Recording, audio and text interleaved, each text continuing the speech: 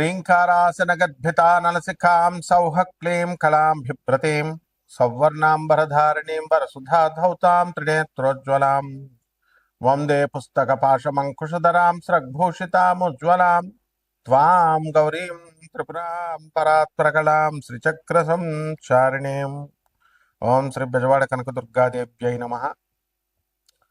మనకి ఆరోగ్య సమస్యలు అనేటటువంటివి ప్రతి మనిషికి కూడా ఉంటాయి. తర్వాత ఆంతరంగికంగా అంటే శరీరంలో బాధలు, మనస్సు నీరసంగా ఉండడము, ఉల్లాసంగా లేకుండా మనసు పీడిస్తున్నట్టు మనఃపీడోపశాంతయే అంటాం. ఇదొక రకం బాధలు. తర్వాత శారీరక బాధలు, ముఖ్యంగా 45 సంవత్సరాలు దాటిన తర్వాత చాలా మందికి కాల్షియం డెఫిషియన్సీ వల్ల బాధలు, బోన్స్ కాల్షియం డెఫిషియన్సీ, వెముకల నొప్పులు, మోకాళ్ళ నొప్పులు, ఇలాంటివన్నీ కూడా వస్తూ ఉంటాయి. అలాగే మనకి ఈ యొక్క గొంతుకులో కూడా మనకి గొంతుకు నొప్పి ఎక్కువగా మాట్లాడడం వల్ల మనకి ఆయుర్దాయం తగ్గిపోద్ది అనేటటువంటి విషయం చాలామందికి తెలియదు. బడబడా మాట్లాడుతూ ఉంటారు, వాగుడికాయ అంటారు. ఇవన్నిటిని కూడా ఎందువల్ల వస్తుందంటే, చిన్నప్పుడు కొంతమంది పిల్లల్ని చూస్తే బాగా ఎక్కువ మాట్లాడుతూ ఉంటారు, తర్వాత స్లోగా పెద్దవాళ్ళు అయిన తర్వాత కంట్రోల్ అయిపోద్ది. ఇవన్నీ ఏంటంటే జాతక దోషాలు. మన శరీరంలో వచ్చేటటువంటి ఇవన్నిటిని దోషాలని, రుగ్మతల్ని తొలగించేటటువంటి దేవత శాకిని దేవత. ఇప్పుడు మనకి ఈ అమ్మవారు శాకిని, ఢాకిని, హాకిని, ఈ పేర్లు విన్నారు మనం. ఇవన్నీ ఏమిటి అని అంటే, ఈ శాకిని దేవత మనకి మన శరీరంలో ఉన్నటువంటి షట్చక్రాలు ఉంటాయి. ఆ షట్చక్రాలలో మనకి పనులు అవ్వాలంటే షట్చక్ర సాధన చేసుకోవాలంటే, మెడిటేషన్ క్లాసులకి వెళ్ళి మెడిటేషన్ చెప్తే ఇలా కూర్చుంటే అలా అయిపోవు. అదంతా మామూలు ఒక ప్రాసెస్ కాబట్టి చెప్తారు. అది నీ సాధన. నీకు స్కూల్కి వెళ్ళిన ప్రతి ఒక్కడు పాస్ అయిపోతున్నాడా, ప్రతి ఒక్కడు కలెక్టర్ అయిపోతున్నాడా? కొన్ని కోట్ల మంది చదువుతుంటే అందులో 1% కూడా అవర్.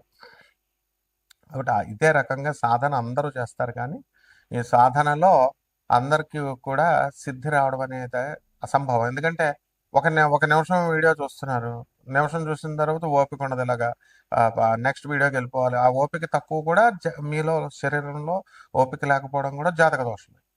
అటువంటి వాళ్ళు ఇంకా అంత పేషెన్స్ అవసరం. శాకిని దేవత వీళ్ళందరూ కూడా మనల్ని పరీక్షిస్తూ ఉంటారు.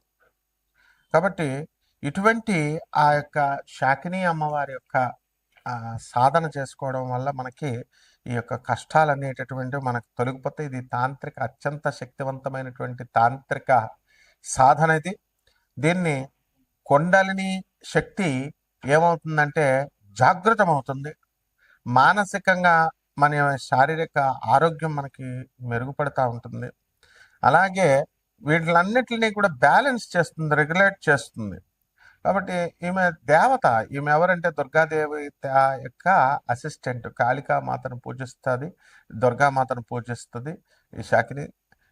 తర్వాత వీళ్ళంతా కూడా ఏంటంటే ఉగ్రదేవతారాధన చేసి వాళ్ళు మనకందరికీ కూడా శక్తులను సంపాదించి ఆ యొక్క మనకి అందుబాటులో మానవుడికి బాధలు తొలగించడానికి ఉన్నటువంటి దేవతలు, అత్యంత తేలికైనటువంటి దేవతలు ఈ శాకిని, డాకిని వీళ్ళు. అయితే వీళ్ళందరూ కూడా మనకి ఏం చేస్తామండి మనము అని అంటే, మనం భయపడతాం. ఫస్ట్గా ఈ దేవతలను మనం సాధన చేయడానికి భయపడతాం, కానీ పనులు మాత్రం తొందరగా అయిపోవాలి. షార్ట్ కట్ మెథడ్స్లో కావాలా, ఎలా అవుతాయి? కాబట్టి మనము ఏం చేయాలంటే, యోగ్యమైనటువంటి ఒక గురువు యొక్క మార్గదర్శకత్వంలో దీన్ని మనం సాధన చేయాలి. మేమంతా కూడా మా గురువు గారులైనటువంటి రామలింగ సిద్ధాంత్ గారు, అలాగే పురాణమఠ రాధాకృష్ణమూర్తి గారు, బుల్ సుదయ భాస్కరం గారు రాజమండ్రి, వీళ్ళంతా, అలాగే దువ్వ దగ్గర రెడ్డిచర్ల సిద్ధాంత్ గారైనా, రామలింగ సిద్ధాంత్ గారు తుమ్మలం రాజమండ్రి, అలాగే చంద్రస్వామి, ఇలాంటి తాంత్రికుల దగ్గర మేమంతా సాధన చిన్నప్పటి నుంచి చేసి ఉన్నాం. కాబట్టి మరి ఈ యొక్క బాధలు తొందరగా మీకు తొలగిపోవడం కోసం ఈ సాధనలు అనేటటువంటి చాలా పట్టుదలతో చేసుకోవాలి, నమ్మకంతో చేసుకోవాలి.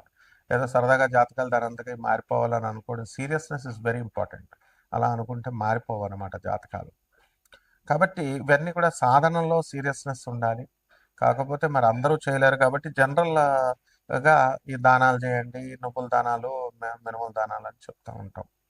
అలా కాకుండా ఎవరైతే మీరు సీరియస్‌గా మీకు పనులు అవ్వడం లేదు, లేకపోతే మీకు గవర్నమెంట్‌లో పనులు ఆగిపోతున్నాయి, మైన్స్ ఆగిపోతున్నాయి, గవర్నమెంట్ పాలిసీస్ వల్ల ఇబ్బందులు పడుతున్నారు, శత్రు బాధలు ఉన్నాయి, పిల్లలు లేనటువంటి వాళ్ళకి పిల్లలు కలగడం లేదు, అలాగే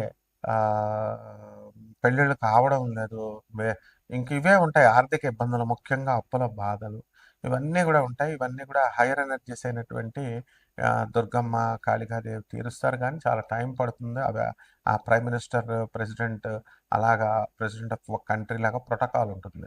వీళ్ళైతే చిన్నవాళ్ళు కాబట్టి వెంటనే మీకు చేసేయడానికి అవకాశాలు ఉంటాయి.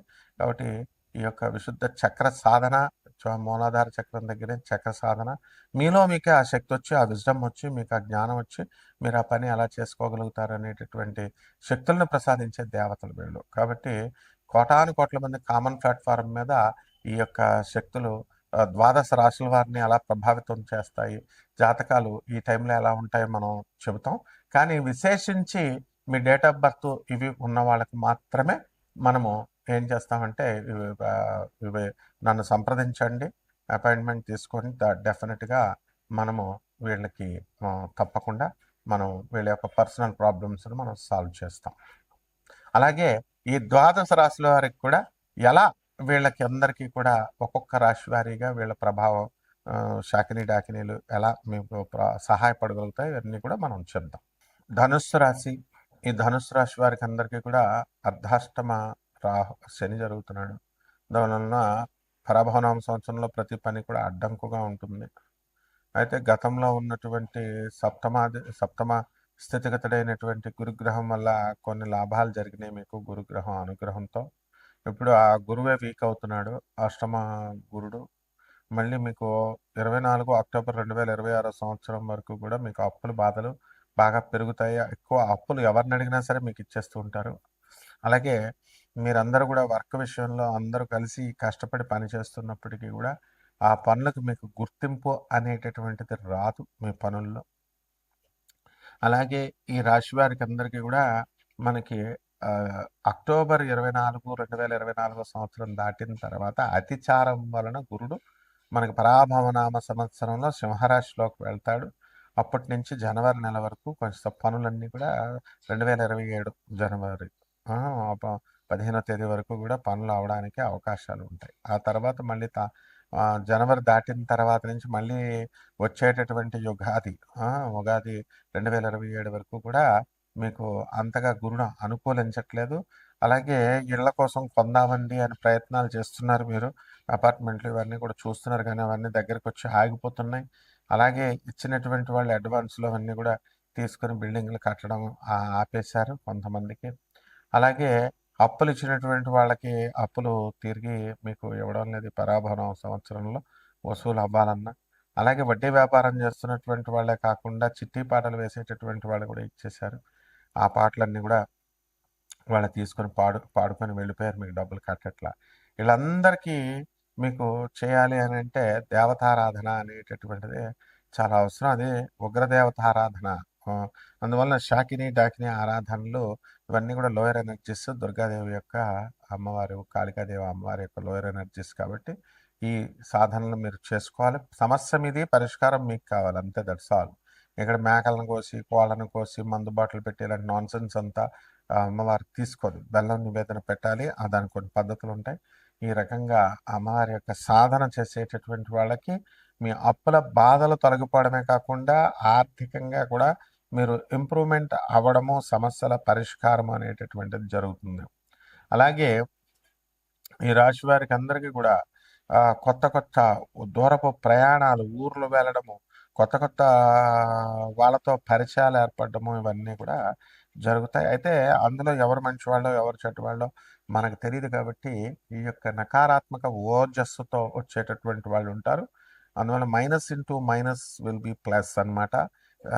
ముళ్ళును ముళ్ళుతోనే తీయాలి, వజ్రాన్ని వజ్రంతోనే కొయ్యాలి అనేటటువంటి సిద్ధాంతంతో ఈ కలియుగంలో ఇటువంటి వెధవలందరూ కూడా ఎవరైతే డబ్బులు ఎగ్గొడతారో, ఇటువంటి రాస్కెల్స్ అంతా కూడా ఎవరైతే మనకి మోసాలు చేస్తారో అటువంటి వాళ్ళకి కరెక్ట్ మొగుడు శాకిని అమ్మవారి. కాబట్టి శాకిని అమ్మవారి, డాకిని అమ్మవారి సాధన చేయండి. మీ ఇచ్చేసినటువంటి అప్పులన్నీ కూడా మీకు తిరిగి వచ్చేసేయడం, మీరు ఇచ్చినటువంటి డబ్బులన్నీ కూడా మీ ప్రయత్నాలు లేకుండా రావడం అన్నీ కూడా జరుగుతాయి.